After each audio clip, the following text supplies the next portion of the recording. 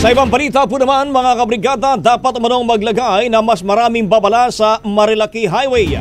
Naniniwala si PNP Chief General Romil Marbil na dapat ayusin ang engineering sa Marilaki Highway.